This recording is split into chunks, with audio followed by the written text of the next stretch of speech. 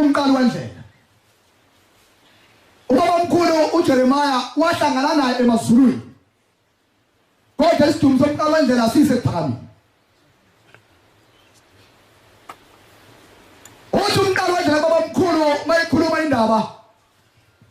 Uthi banta bomntanami bazukulu niphathe kahle lento. Mina ngimbona esizulwini. UNazaretha kufika enhlangwini. Bafikela kulomuzi engisuka kuwo. Amen. Kungakaze kufika enhlobo. Uthi baba omkhulu mntanami ngangikhonza uwiseli la ngangikhonza khona. Kodwa ngathi mangifika ezulwini ngafika ngavinjwa. Mangivinjwa ubhombela ubuza umNazaretha ubaba omkhulu uthi iphi ngoba mhlophe mntanami. Ayikho ubaba omkhulu ngoba mhlophe uJeremiah. Kodwa waba nenhlanhla baba omkhulu ngoba wabuya wezemhlabeni wazoyikhuluma indaba. Mayibonke Nkosi. Bayifika emhlabeni eyikhuluma indaba. Uthi lo mNazaretha ngawunika ezulwini. Kwathiwa awugqoki mawungale kwamathuna kodwa ugqoka ma usemhlabeni uyasetshenzelwa emhlabeni lo mNazaretha. Angazi ke noma mhlambe njengoba ubaba ekhuluma sasebenzela wona yini umNazaretha noma sesenze kwethu. Wase ugqoka lo mNazaretha wase mphathisa umyalezo ubhombele phansi baba omkhulu wathi mntanami ke phinde emhlabeni mawususe emhlabeni ufuke usho ezweni lakini ukuthi ngiyeza uNkulunkulu ungithumile khona ngiyofikela kini. Mangidlula lapho ngiphuthuma ziningi lezi ndaba ngiyacela uNkulunkulu angiphe sizohaphuna ngoba lo phambi kwethu umqali wendlela mayibonke Nkosi. Lotho khona insizwa kaMkhize la ngazi noma ikhona yini.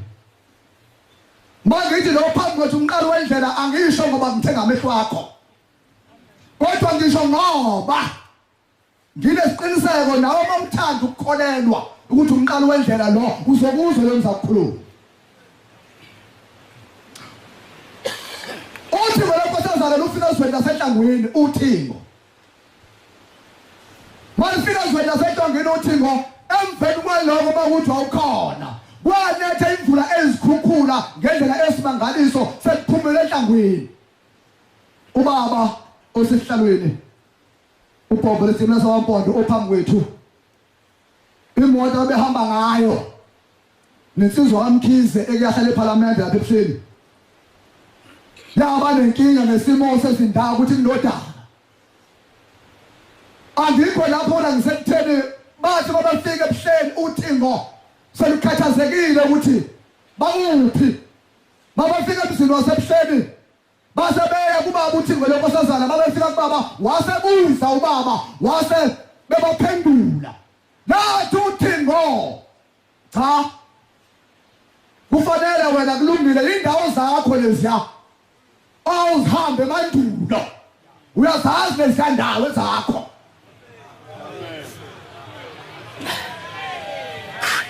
Sizophuma sentabeni eseKhenana ubaba ezohola umhlangano ngangazi ubaba osehlalweni ubhombe isimela umhlangano siyentabeni eseKhenana ngambulela isimangaliso namhlanje ngisecela ukusikhuluma phambi kweNkosi ephambi kwethu.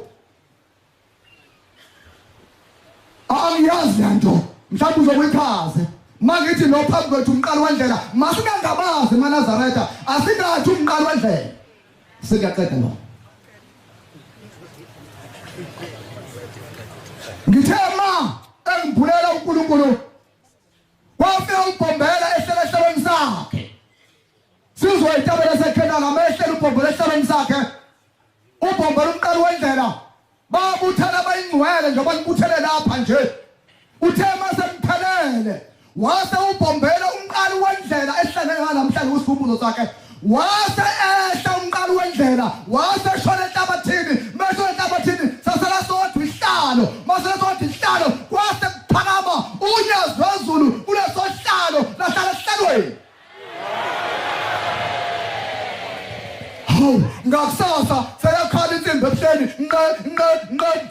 ngiyaphuma mina ngikhali inyembezi sangibona uNkulunkulu phambi kobuso bethu usephethe ubhoko ulibeka amahlombe uthi asaphe abantu bami siye entabeni eyingwane ubanike lo phambi kwethu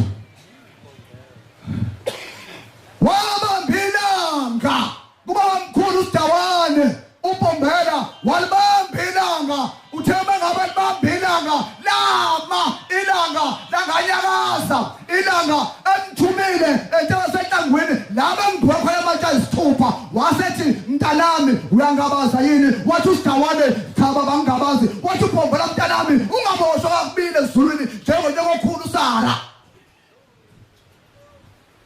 wasemthuma eGospel lalimathunzi ilanga selibantu bahle lilapha phezulu waselibamba uBombela ilanga lama ngoba ladalwa nguye wahamba wamkhulu ubusuku bonke wazafika eGospel wafuna isitepu sakhe ebusuku athi abakhosazana hawu kwenze njani kodwa ebusuku kangaka uthi baba mkhulu uSidawane nilele emini kangaka nilaleleni wathi baphuma khona wasebuya eZaneno elibambikuse emini langa wathi mangabefika ematshela isithupha wangena endlini kaBombela ekhaya wathi mangabe engena wathi mntanami uhambe kanjani ngicela inkosi ngihambe kahle wathi kulungile mntana ngiyabona inkosi kubusisa ungaphumela eminyango maphumela eminyango bomkhulu wafika eminyango kumnyama bhuka esikhombisa lo nkulunkulu usuvele ezulwini uNkulunkulu ayoneke inkosi akela uprofeti kodwa uNkulunkulu qobolo wakhe inkosi muselizweni